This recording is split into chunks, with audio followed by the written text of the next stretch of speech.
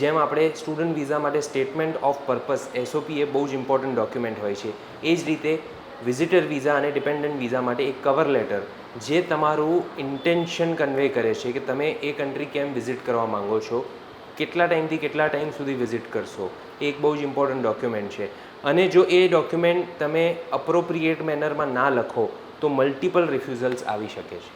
ખરેખર એ જે મારી ફાઇલ અપલોડ કરવામાં એમણે જસ્ટિફિકેશન લેટર જેને કે કવરિંગ લેટર એ જે બનાવ્યો, ખરેખર એ લોકોને પ્રૂવ કર્યું કે ભાઈ આ માણસ ત્યાં આગળ રહે નહીં, એટલે એમને કન્વિન્સ કરી શક્યા કે જેથી મને એ લોકોએ વિઝા આપ્યા. કોંગ્રેચ્યુલેશન સિદ્ધેશભાઈ, તમારા વિઝા આવ્યા.